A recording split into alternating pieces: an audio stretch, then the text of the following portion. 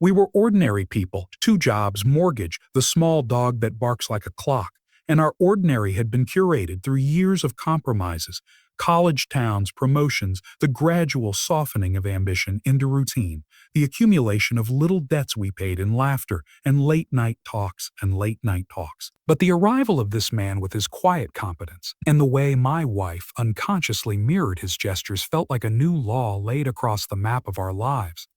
A map I had not been consulted about. I remembered the night before the trip, how she packed her suitcase with surgical efficiency, how she folded a scarf the way she had once folded my father's handkerchief after he died, how the light in the kitchen bent off her cheekbone and made her look like someone I could hardly claim.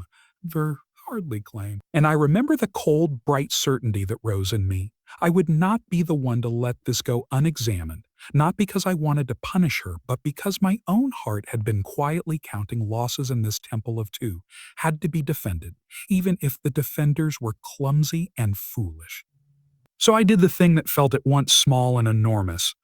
I put the dates in my calendar, booked a separate flight, and arranged myself into a posture of careful, marbled attention. The trip they took was meant to be a work conference, a joint presentation in Boston with a dinner on the evening between sessions, and I told myself I would not go looking for secrets in hotel lobbies or under bar stools.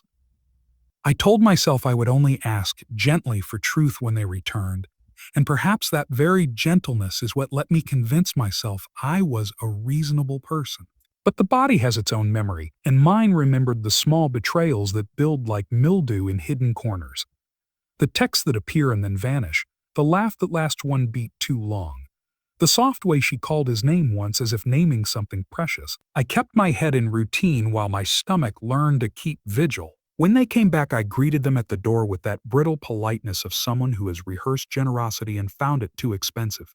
I noticed the perfume on her collar, the faint ripple of his cuff where it had brushed her sleeve, the way she avoided the full reflection of my eyes. The first night the three of us ate together, conversation was tendency and small talk. And when he excused himself to take a call, she poured wine into my glass as if trying to dilute the whole day's gravity. But even the wine tasted of old papers, of invoices and undone chores and the odd regret we leave in a desk drawer. And so I asked. I asked not like an accuser with evidence laid out, but like a man who feared his own cowardice and wanted it named. Are you more than friends? I asked, and the question was kitchening us, a script that would either bind or tear. She bristled the first time, indignation at the presumption, then a quiet fury, and in that quiet fury I saw the woman I had loved. Fierce, tender, unwilling to be boxed into a melodrama by the stranger who could not imagine a nuanced life. That's not the same thing, she repeated, word for word, and then softer. He's just my friend, with the fingers of the hand that reached for mine trembling, perhaps from anger, perhaps from the tremor of being asked to choose. His presence complicated things, not because of any overt betrayal, but because he was the kind of person who moved through rooms with a clarity that exposed every shadow we had been used to. He listened to her in a way I sometimes forgot to listen. He shared jokes that landed like small stones in the river of their rapport. He offered to fix things that had been broken, and which we'd long ago learn to live around. What began as quiet unease grew to a slow, inexorable map of minutes and small choices, and in the process I learned things about myself I had not known. I could plan, yes, but I could only enact a revenge that had the scale of my own imagination. I did not want to ruin her life. I wanted to reclaim the language that had once bound us.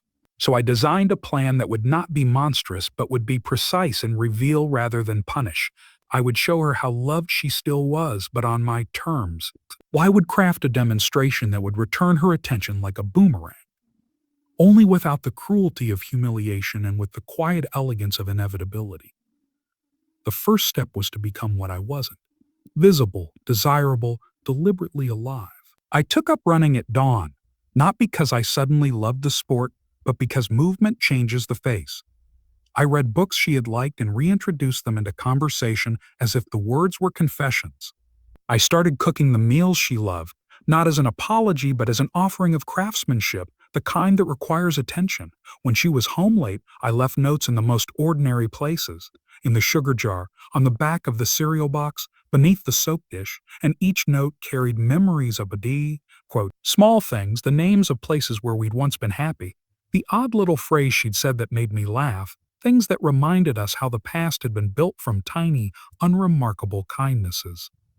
He noticed, of course, and his face showed nothing, which is the terrifying generosity of a person who truly doesn't need to compete.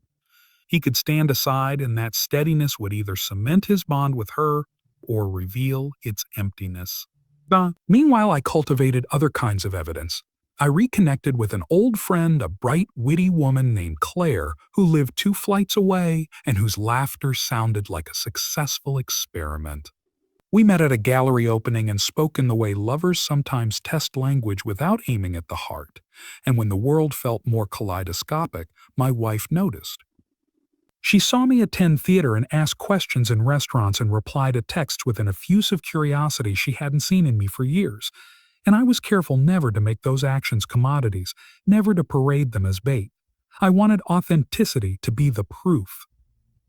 The proof. When the inevitable confrontation arrived, it did so not as a fight, but as a midnight conversation, slow and merciless in its honesty. She said she had relied on the idea of friend as a shield, because marriage had become a ledger, with entries more often as debts than gifts.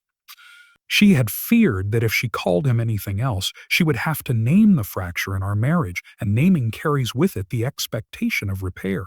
She confessed, with a voice that sounded like an anchor pulling up a small boat, that while nothing had physically happened between them, an emotional fidelity had drifted away from us and sought refuge in someone who listened in a way I had not. The sting of that revelation was its honesty. I had been absent in ways that were not spectacular, not in drunken abandon or betrayal by deeds, but in the inertia of taking for granted, and revenge seemed to me less necessary than correction. Yet the old patterns of hurt are stubborn. I had built an elegant scheme to prompt her to choose, but when we reached that moment of choice, I saw the fraud in my plan. Choice manufactured is still coercion. Instead, I admitted the full architecture of my behavior. The petty surveillance, the way I'd measured affection like tax returns, the way I'd allowed routine to calcify into indifference. She listened, and the sound she made was part apology, part relief. She told me in return the ways I'd been a ghost in our house, present in body, but not in the care that smooths edges. In that conversation, we both took inventory, and we both found surprise. There were things we still wanted and things we had never admitted. The man who had been just a friend was not a villain. He was a mirror.